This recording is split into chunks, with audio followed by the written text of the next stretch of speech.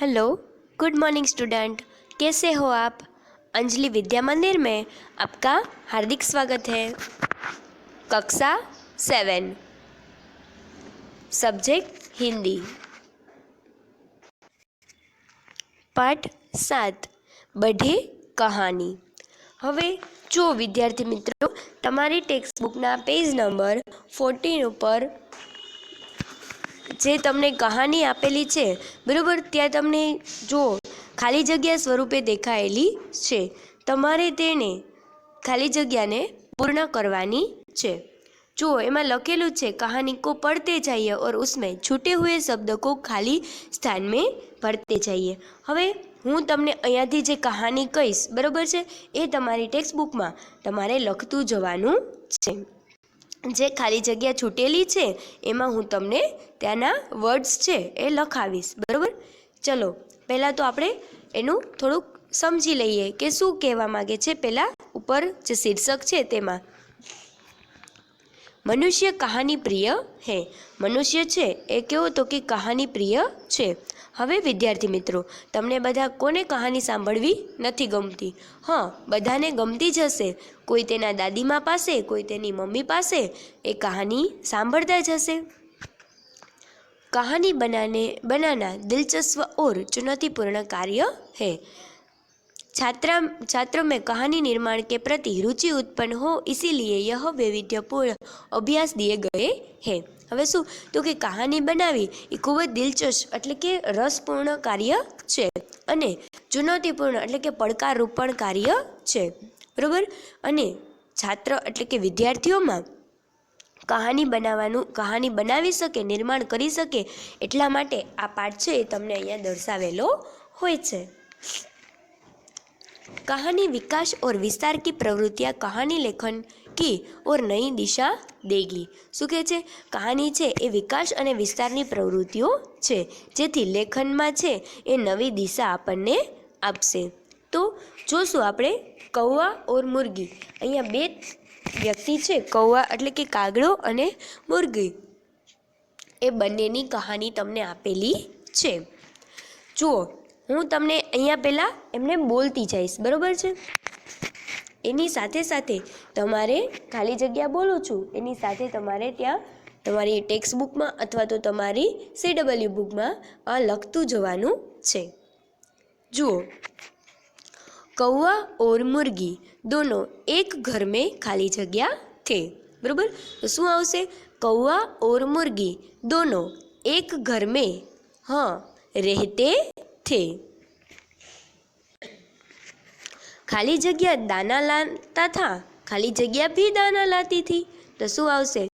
कौवा दाना लाता था और मुर्गी भी दाना लाती थी।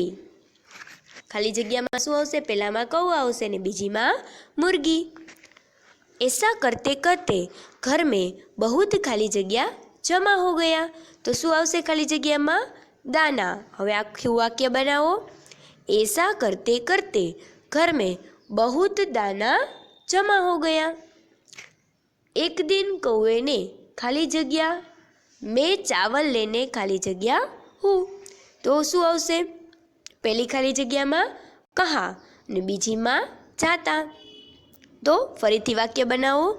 एक दिन कौवे ने कहा मैं चावल लेने जाता हूँ। तू घर का खाली जगह बंद नहीं रखना, नहीं तो कोई। શું કહે છે? તું ઘર કા ખાલી જગ્યામાં શું આવશે? દરવાજા। શું આવશે? તું ઘર કા દરવાજા બંધ રખના, નહીં તો કોઈ ખાલી જગ્યા લે ખાલી જગ્યા। શું આવશે? પહેલીમાં આવશે દાને, પછી બીજીમાં આવશે જાયેગા। એટલે કે ફરીથી આખું વાક્ય બનાવું છું।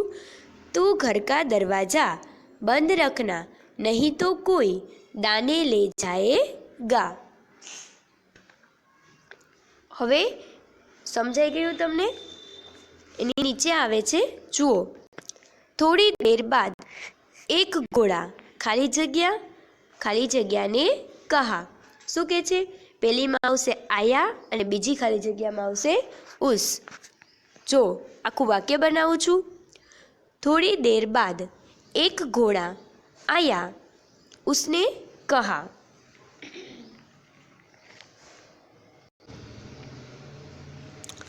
मुर्गी मुर्गी दरवाजा खाली जग्या और मुझे दाना दे। શું કહે છે? તો કે મુર્ગી મુર્ગી એમાં જ ખાલી જગ્યામાં આવશે ખોલ।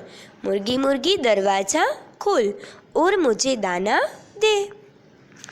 खाली जगह ने कहा नहीं नहीं मैं दाना खाली जगह। શું આવશે? તો કે પેલી ખાલી જગ્યામાં આવશે મુર્ગી, બીજીમાં આવશે નહીં અને ત્રીજીમાં આવશે दूंगी। હવે આખું જે વાક્ય છે ફરીથી બોલું છું। मुर्गी ने कहा नहीं नहीं मैं दाना नहीं दूंगी। પછી આવશે ખાલી જગ્યા ને કહા મુર્ગી મુझे ખાલી જગ્યા દે। પેલીમાં આવશે ઘોડે, બીજીમાં આવશે દાના। હવે આખું વાક્ય બોલું છું। ઘોડે ને કહા મુર્ગી મુझे દાના દે। એના પછી છે मुझे बहुत ખાલી જગ્યા લગી હે। ખાલી જગ્યામાં શું આવશે? ભૂખ। કે છે मुझे बहुत भूख लगी है। मुर्गी को दया आ गई, उसने सारे दाने खाली जगह को दे दिए।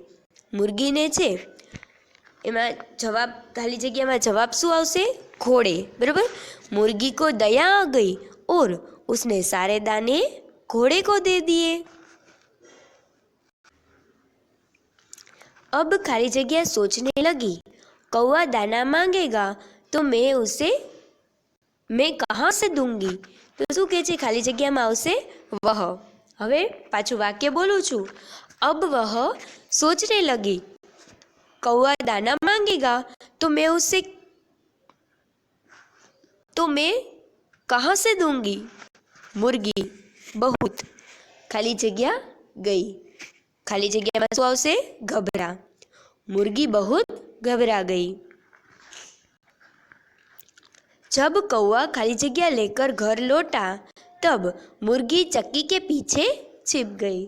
तो खाली जगह में शू आवशे? दाना। जब कौवा दाना लेकर घर लौटा तब मुर्गी चक्की के पीछे छिप गई। कौवे ने आवाज लगाई खाली जगह तू खाली जगह। तो पहला में शू आवशे? मुर्गी, बीजा में मुर्गी और तीजा में कहाँ है। वाक्य बोलूं छू फरीथी। कौवे ने आवाज लगाई मुर्गी मुर्गी तू कहाँ है। डर के मारे खाली जगह चुप रही। खाली जगह में शू आवशे? मुर्गी। डर के मारे मुर्गी चुप रही, एक आवाज भी नहीं निकाली। उस समय एक बिल्ली घर में आई। बिल्ली ने कहा मुर्गी मुझे अपनी चक्की दे, मुझे दाना खाली जगह है। खाली जगह में शू आवशे? पीसना। शू आवशे? मुझे दाना पीसना है। कौवे ने कहा मुर्गी तो घर में खाली जगह है। तो खाली जगह में आवशे नहीं। शू कहेशे? तो के कौवे ने कहा मुर्गी तो घर में नहीं है, तू अपना खाली जगह यही लाकर पीस ले। खाली जगह में आवशे दाना। पाछू बोलूं छू वाक्य। तू अपना दाना यही लाकर पीस ले। खाली जगह दाना ले आई और पीसने को बैठी। खाली जगह में शू आवशे? बिल्ली। बिल्ली दाना ले आई और पीसने को बैठी। बिल्ली ने दाना खाली जगह में डाला। खाली जगह में शू आवशे? चक्की। बिल्ली ने दाना चक्की में डाला। मुर्गी ने चट उसे मुंह में भर लिया। खाली जगह ने और दाना खाली जगह में डाला। तो पहली खाली जगह में आवशे बिल्ली और बीजी में आवशे चक्की। फरीथी बोलूं छू। बिल्ली ने और दाना चक्की में डाला। खाली जगह ने उसे भी चट खाली जगह। तो पहली में आवशे मुर्गी और बीजी में आवशे कर लिया। शू आवे? मुर्गी ने उसे भी चट कर लिया। बिल्ली खाली जगह लगी और आटा न निकला। खाली जगह में आवशे पीसने, एटले के बिल्ली पीसने लगी पर आटा न निकला। यह देख बिल्ली बहुत खाली जगह हुई। खाली जग्यामां शुं आवशे? दुखी। ये देख बिल्ली बहुत दुखी हुई। जुओ, खाली जग्या ने सारी बात कौवे को बताई। खाली जग्या में शुं आवशे? बिल्ली। बिल्ली ने सारी बात कौवे को बताई। कौवा भी बहुत चकित हुआ। कौवा सोचने लगा, दाना कहाँ होगा? ढूंढते ढूंढते उसने चक्की के पीछे खाली जगह को हवे जो ढूंढते ढूंढते उसने चक्की के पीछे शुं आवशे? देखा। वहाँ मुर्गी मुंह में खाली जगह भर के बैठी थी। खाली जगह में आवशे दाना। त्या वहाँ मुर्गी मुंह में दाना भर के बैठी थी। उसका मुंह दाने से एकदम फूल गया था। उसे देख कौवा हंसा। उसे देख बिल्ली भी बहुत खाली जगह एमां शुं आवशे? हंसी। तो कि उसे देख बिल्ली भी बहुत हंसी। दोनों हंसे तो मुर्गी को भी जोर की खाली जगह आ गई। खाली जगह में आवशे हंसी। दोनों हंसे तो मुर्गी को भी जोर की हंसी आ गई। वो हंसी और उसके मुंह से सारे दाने निकल पड़े। हवे आ कहानी छे ए तमने खाली जग्या स्वरूपे आपेली हती। एमां तमारे तमारी रीते राखवाना हता, बरोबर, वर्ड्स, अने मैं तमने एमां रखावी दीधा छे। तो हवे तमारे तमारी बुकमां आ वर्ड्स छे ए लखीने राखी अने फरीथी तमारे ए कहानी वांचवानी छे अने समजवानी छे। त्यार पछी तमने तमारी टेक्स्टबुकना पेज नंबर 42 पर एक प्रश्न नंबर 5 छे, ત્યાં તમને कहानी आपेली छे। नीचे दिए गए चित्र के आधार पर कहानी का निर्माण कीजिए। ए आपेल छे ते तमने હું कहानी कहूँ छूं।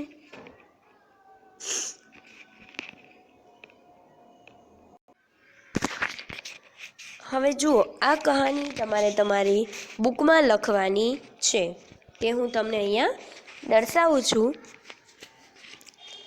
કહાનીનું પહેલાં આપણે તો ટાઇટલ આપીએ। શું હશે ટાઇટલ?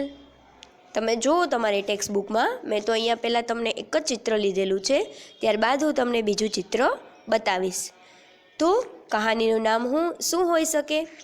જુઓ, खरगोश की चतुराई पण होई सके अने ताकत से बड़ी अक्ल। जुओ, कहानी शुरुआत करूँ छूँ। किसी जंगल में एक सिंह रहता था। वह जंगल में रोज कई जानवरों का शिकार करता था। इसीलिए सब जानवर भयभीत और चिंतित रहते थे। एक दिन जंगल के पशुओं ने मिलकर सिंह से प्रार्थना की, आप जंगल में शिकार के लिए न निकलिए, हम प्रतिदिन निश्चित समय पर एक जानवर आपके पास भेज देंगे। अब निश्चित समय पर रोज एक एक जानवर सिंह के पास आने लगे। एक दिन एक खरगोश की बारी आई।